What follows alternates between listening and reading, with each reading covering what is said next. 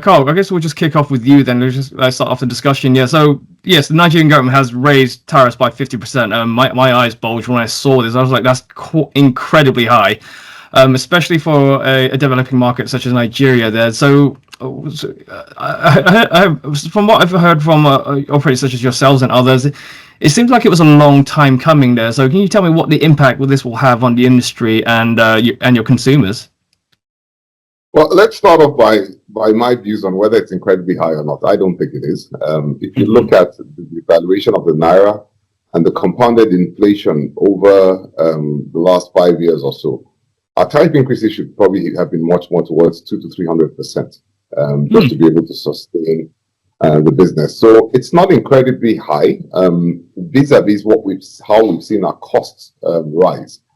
The cost of leasing tower space and putting energy into those cell sites has gone up about 120% in the first 3 quarters of last year, 2024.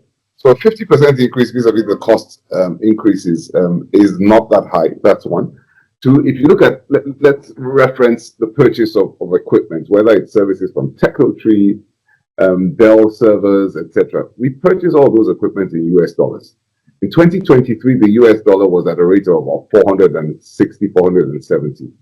The close of 2024, and I refer to 2023 pre-June. At the close of 2024, the US dollar rate was 1,550 approximately. So that's a 3-fold increase in the cost in naira of equipment and foreign-based services that we pay for. So a 50% increase is actually, in my opinion, quite low. Vis-a-vis how our cost structures have evolved. But we're still very thankful and very grateful to the authorities for giving as much as 50%. It's a start to guarantee the sustainability and the survival of the industry and allows us to start investing again, first of all, for quality of service, and then second, in new technologies, part of which is 5G, using artificial intelligence to optimize our network, to drive further efficiencies, to create new use cases and to serve the customers better. So that's the context of this tariff increase. We are pleased it's come through. We're in the process of executing it in the course of this week. Why I also say it's actually not a lot is the cost of public mains electricity power in Bande has gone up 341%. Airline tickets have gone up 400%. So not anywhere as near as you might think. But still, it's a very good first step and secures the sustainability of the industry. Thanks. Okay, great. Then what about your consumers then? How do you find the right balance to raise tariffs and sustain your operations while ensuring your tariffs are affordable for Nigerian consumers? Then the prices are up for them across the board in what you just said, their airline tickets, everything, but now their phone bills are going up. So how do you balance that? So first of all, I think the telecoms industry is an industry that drives efficiency and enables our consumers to be more efficient in the day-to-day business.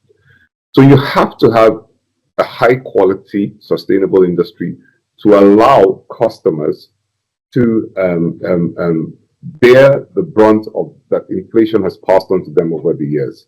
They can seek alternatives instead of taking an air ticket to Abuja to have an online meeting and save those costs. But they can only do that if they have a good quality industry. That's the first thing. And the truth is, everything has gone up in Nigeria. And we talk about inflation, which is the cost of procuring goods and services. But the truth is, in the process of that entire inflationary period, salaries have increased. The people who are selling foodstuff have increased the prices of their foodstuff multiple fold. These are locally manufactured products. Multiple fold, 2, 3, 4 times. So actually, the consumer wallet has grown in naira terms. And I think the absorption of this 50% tariff increase is something which, in contrast to all other goods and services, actually this is the most moderated one, but it's critical for the economy as a whole. So that balance is exactly in the relatively moderate increase, but also ensuring that we have good quality of service to serve our customers. Okay, great. You mentioned that the hike enables you to continue with your expansion plans and develop new use cases and such.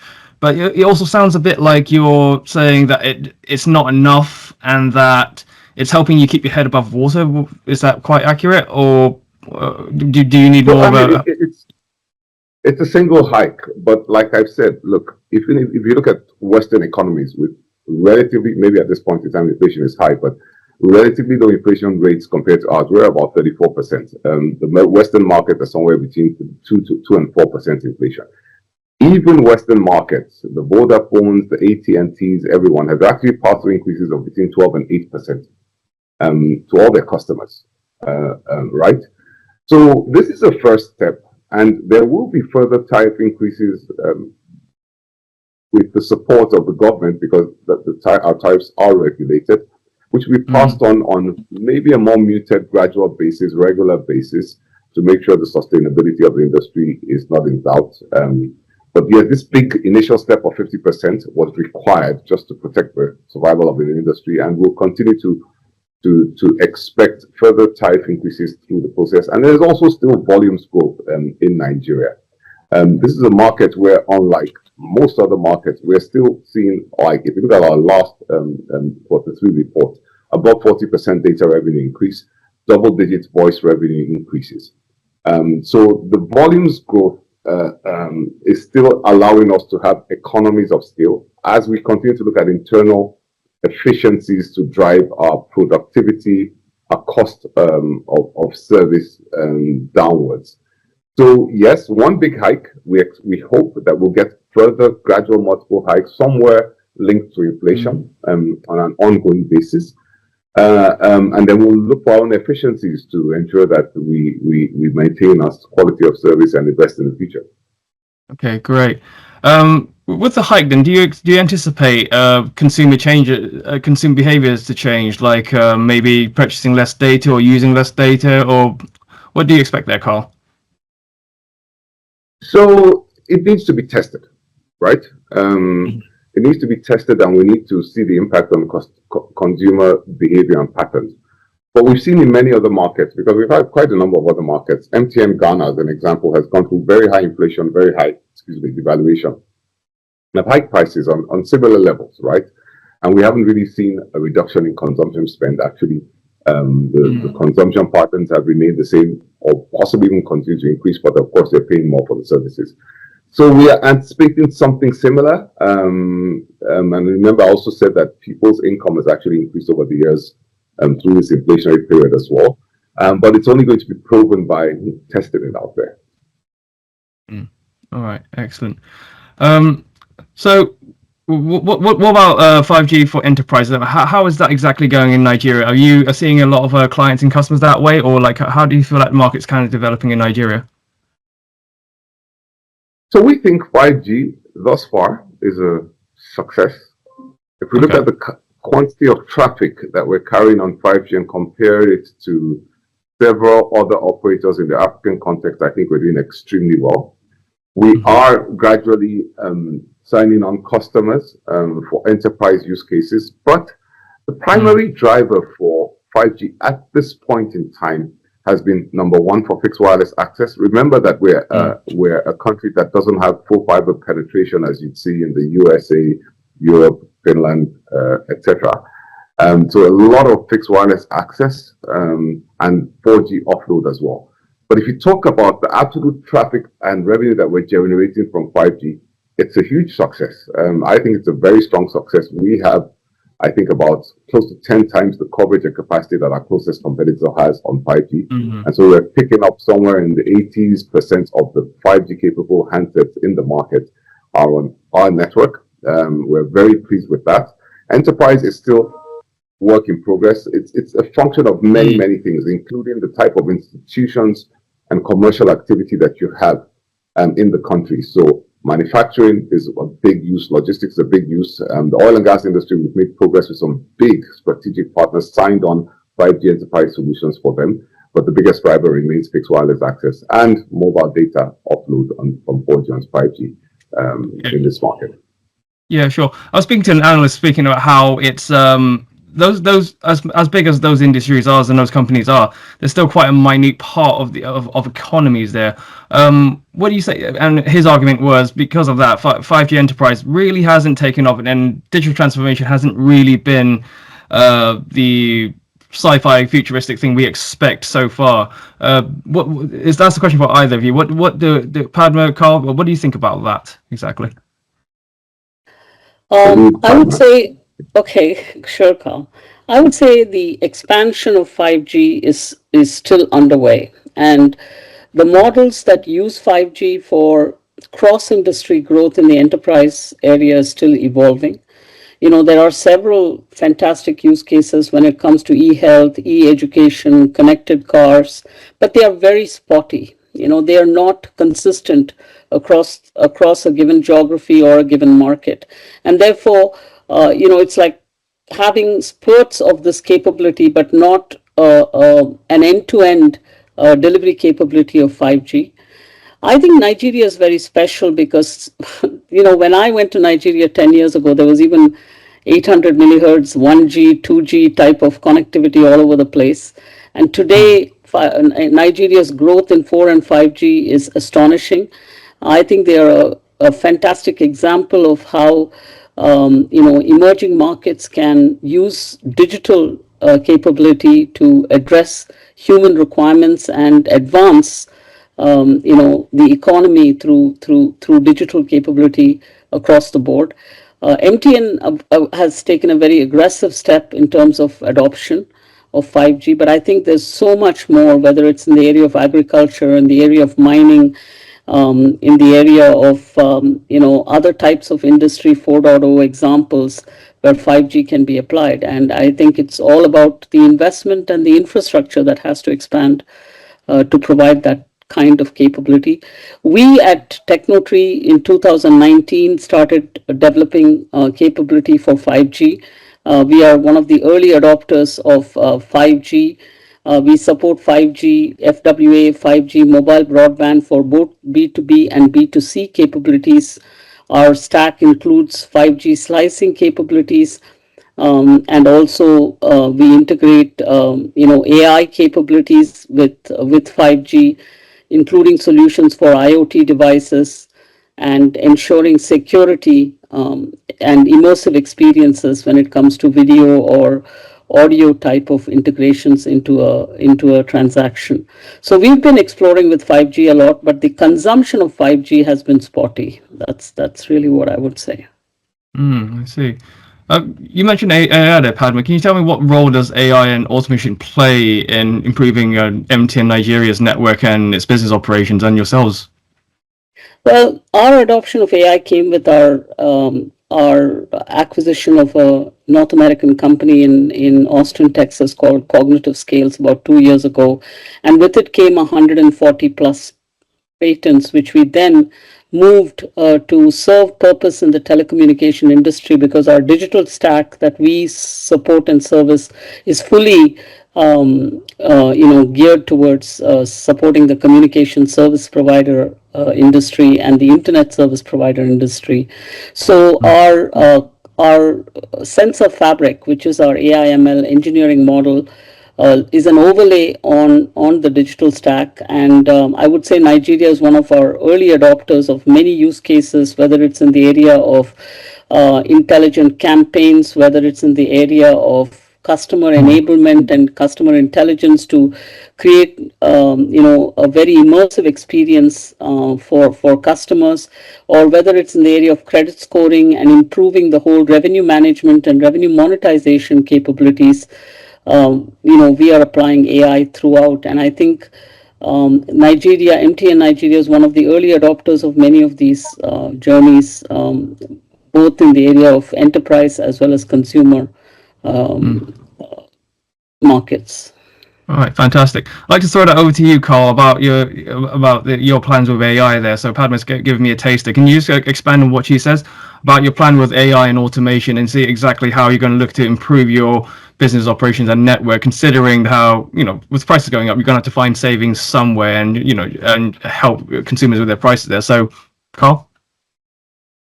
I think first and foremost, let me acknowledge that I am not an AI expert and I'm very much a very early work in progress on artificial intelligence. But the power of it as a tool is not in doubt. I think Tecnotree is a key strategic partner in developing campaigns, the segment of one that really are built to suit the individual customer, in detecting customer issues before they arise, anticipating them, fixing them even before the customer realizes an issue, in customer enablement provisioning. But there are many other spaces that we can use artificial intelligence on to drive network operations, actually resolving network technical faults and outages, and anticipating when they're going to come around, and the very efficient planning of our capital expenditure to ensure that we put our capital where there is demand, anticipating that demand and reshuffling that demand to where it is most required and will generate the best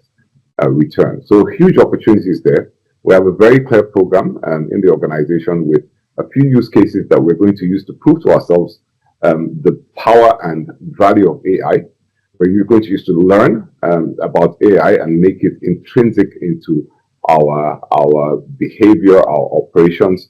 And you have a few use cases, they're extremely successful, then the entire organization adopts the full use of AI as it progresses in its cost structures. Of course, AI is quite expensive, even with DeepSeek and all that stuff.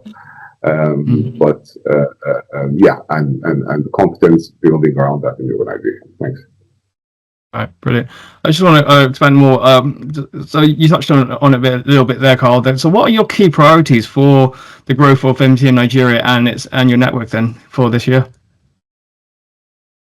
Let me say first and foremost, quality of experience. Our regulator has been big issue, crystal clear that quality of experience must come with the tariff increase, and we have a few months to address all the issues that we have. We're very proud. We're by far the best network, and whether it is umlaut, drive test, and UCLA and everything, we're ranked by far. Our net promoter score gives us an advantage, but we want to, one, expand that advantage, and two, actually satisfy the expectations of the customer and the stakeholders in the country. So that's the first and biggest priority, getting our customer experience and quality of experience right. Beyond that, of course, we want to continue to grow and deliver return to our shareholders. We fixed a lot of our capital structure, our dollar-denominated obligations. We've addressed all of that, a majority of that through most of last year. Our full financial results are not out yet, so I cannot speak to anything beyond Q3. And the culture of the organization is a very big thing for me. Having a dynamic, committed learning culture is a big thing. But first and foremost, quality of experience. Now, beyond that, there's a lot of other things on a core technology basis that we're looking at. The expansion of 5G is one. Second is we are very active in the FTTH space. We think there's a huge opportunity as people migrate towards reliable, robust, low latency home and office solutions. FTTH, fiber to the home, not just for the upper class, but for the middle class, offers a huge opportunity. And there's going to be an offload of the wireless traffic onto fiber to the home. And it's similar in some ways to the wireless industry and fintech industry, that the first mover advantage is critical. So we are expanding quite aggressively in that space. That's a big focus area. Our fintech services, our mobile money, we have been adjusting and putting a lot of fixes into place, getting the right people, square pegs and square holes. So we think that we're going to build good momentum in the course of this year in the mobile money space. And then digital is a very successful area, which we've done really well in the last year, and we expect to continue that trajectory going forward. Okay, excellent. Padma, I want to throw it to you now. How exactly is Tecnotree supporting MTN Nigeria in these plans that it has? We dovetail into their plans. They are one of the most respected and professional partners for us. We've been working with MTN Nigeria for more than a decade now. Their journey in enterprise enablement, continued focus on the enterprise, focus on fiber to home, are all clear cases where Tecnotree's digital platform has played an intrinsic role in their capabilities to deliver those kinds of quality services to both their enterprise and their consumers. So we dovetail into their strategy. This year, I've been talking to Shoenka, who leads the technology for MTN Nigeria, and we too have plans to work with them in the AI/ML automation capability, whether it's in the area of lead process, order process, ticketing process, Carl talked about quality of service. All of these processes today, the customer expectation of accuracy, of leading with intelligence, leading to know what the customer wants even before the customer picks up their phone to start to engage in a conversation with the provider. So that kind of intelligence to be brought in, and then chatbot driven onboarding, order completion capability, promotions management, intelligent campaigns. These are some of the areas where we plan to help them further. Obviously, the whole 5G landscape is unfolding, so multi-tenancy or supporting private networks, supporting sub-brands that they may want to launch within the enterprise itself, and a subscription-based economy, because I think the generation of younger generation and younger population we're dealing with in Nigeria is far more subscription based, and therefore adding those components into our architecture and capability on our platform has been foremost in our thought process for MTN Nigeria. So these are some areas and some examples where we will engage with them. May I just add something to that? I came into this role in March 2021, and I had my ideas of how the organization needed to function and things we needed to do to make us a more resilient company. And I have to say that I found Tecnotree to be, particularly on the BSS stack, on the IT side, to probably be our most flexible partner. We had an engagement, Padma and I was really impressed with the kind of flexibility they showed to adjust themselves to our needs. I won't get into the specifics around that. And I think that's where the friendship between Padma and I really evolved. Because I gained respect for the organization and their customer centricity. And so this is someone we could work with on a long-term basis. And I think it's been going well ever since. One thing I'd like to add is we have a Nigerian presence. In fact, in Africa, the biggest local presence we have is we hire Nigerians, educated young engineers from local educational institutions and universities. We train them in digital technology, in AI, ML, in all the various tools and capabilities that we require our engineers to have. We actually have a software development center catering only to MTN Nigeria's requirements located in Lagos, helping them out. And that's the kind of commitment and investments we have made. And there we have more than 35, 40 people working very closely with the MTN corporation. Okay. All right. Excellent. Thank you for all of that, guys. I just got one final question because I realize we are running out of time a little bit here. It's about private 5G networks here. People have been lauding about how this is going to be really key for enterprise and how 5G can really power that. The analyst I was speaking to says there's no really great figure on private 5G networks because vendors are hiding it and searching. I don't know. He had a lot of strong opinions, I would say. So I guess this question is for you mainly, Carl. I guess is MTN seeing a strong demand for private 5G, and what industries are kind of leading this adoption you're seeing in Nigeria? Oil and gas industry is leading the adoption. It's not explosive demand, but it's similar. We're going to get to an inflection point where when certain institutions create a competitive advantage by using all the capabilities of technology, including 5G private networks, others will follow quickly. And it will be something like the way 3G and data was until the smartphone was developed. There really wasn't much of a use other than emails on BlackBerry. So we are seeing some demand. We have signed up some of the biggest oil and gas players in Nigeria for private networks. But we're anticipating that it's going to grow quite significantly. But as I said earlier, big demand on 5G overall, driven by fixed wireless access and upload. So we are delivering on our returns on 5G for sure.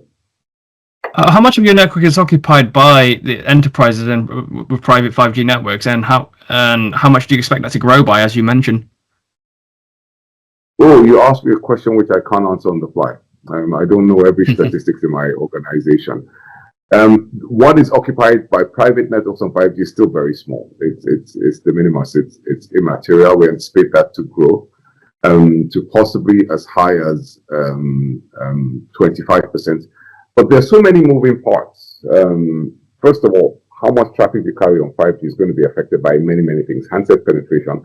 How far do you roll out fiber to the home? And there's the offload to Wi-Fi, etc. And then there's actual, so that's the denominator. The numerator is the how many networks that you put onto, how many customers you put onto private networks. So too fluid to give an accurate forecast because of the denominators as well as the numerator as well. It's fine.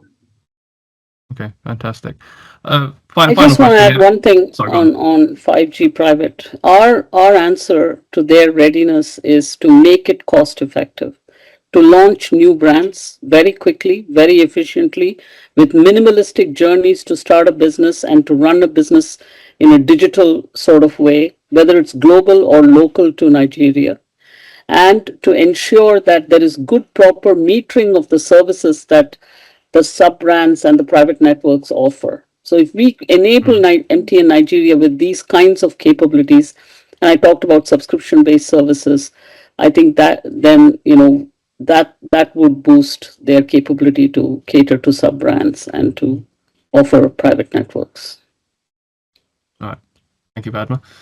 I think pretty much all my questions. Actually, no. I just want to ask. This is a question for both of you. So, looking ahead, what trends do you both see shaping the future of telecoms business supporting solutions? I'll maybe leave Padma to give the final word. So she's more of an experienced hand on that. Look, Nigeria is a unique market, and Nigeria. I think I heard the statistics. I'm not sure if it's correct that the per capita consumption on TikTok of Nigeria is highest in the world. I don't know if that's adjusted for income levels or not. And Nigeria has a unique set of challenges that need to be fixed by 1,001 things. Power is a challenge. Transportation has challenges, logistics, etc., etc. There are going to be unique solutions and business cases that are going to be created specifically for the Nigerian market, right of technology to accelerate the development of the country. These can affect us anything from healthcare to education and of course the normal commercial activities. We work with partners to create that flexibility within our systems to serve those customers. I've spoken about power. I think there's going to be a massive acceleration of migration in private homes, particularly, because we have such a short supply of power in Nigeria. But in private homes and private businesses that can find the land space to renewable energy, particularly solar, because the cost of that has now started to become more competitive than the public means power. And that's going to be driven, also we're going to ride off IoT to be able to keep configured and keep track of your consumption, what's happening, when are your batteries low, etc. So that's just one example. Having the flexibility of the strategic partners who can give us platforms and solutions to serve those customers is critical. The demand remains, in spite of the economic challenges in Nigeria, the demand for services remains explosive. So we're very optimistic. I think a lot of the pain that we've seen in the Nigerian economy is behind us. The economy has moved much more towards a free market economics, market pricing. And I think that's going to accelerate commercial activity in the country. So I'm very optimistic about Nigeria in the coming years now. Top 2024 for sure, but I'm optimistic going forward. Thanks. Padma? Thank you, Carl. I think that summarizes really well. I have not much to add except to say that to us, Africa, and especially our work with MTN Nigeria, is a microcosm of the capability we have been able to demonstrate globally. We recently announced a big win in North America for prepaid services on our digital stack. A lot of the prepaid digital capability that we built was built for MTN and was built for Africa and was built for Nigeria. And today, the United States, a frontier market, is embracing that kind of digital capability on our stack based on those experiences. And we are able to take that out globally. So I think there are many necessity is the mother of invention. And in a country like Nigeria, cost sensitivity is extremely important. But as Carl has well pointed out, tremendous potential because there's an exponential growth in population and demand. It's still a very growing economy. So our ability to service both the enterprise and consumer base in such an economy is very, very exciting for us. So it's beyond voice and data, it's digital all the way, and how it can become a first world economy through digitization. And I think that's the passion for MTN, and that's definitely what we would like to achieve along with them as partners. All right, guys. Good stuff. Thank you very much for all of that, Padma, Carl. It's been a really insightful and great interview. So thank you for that. You're Yeah. welcome. Yes. Thank you. Thank you, I'll leave you Carl. guys.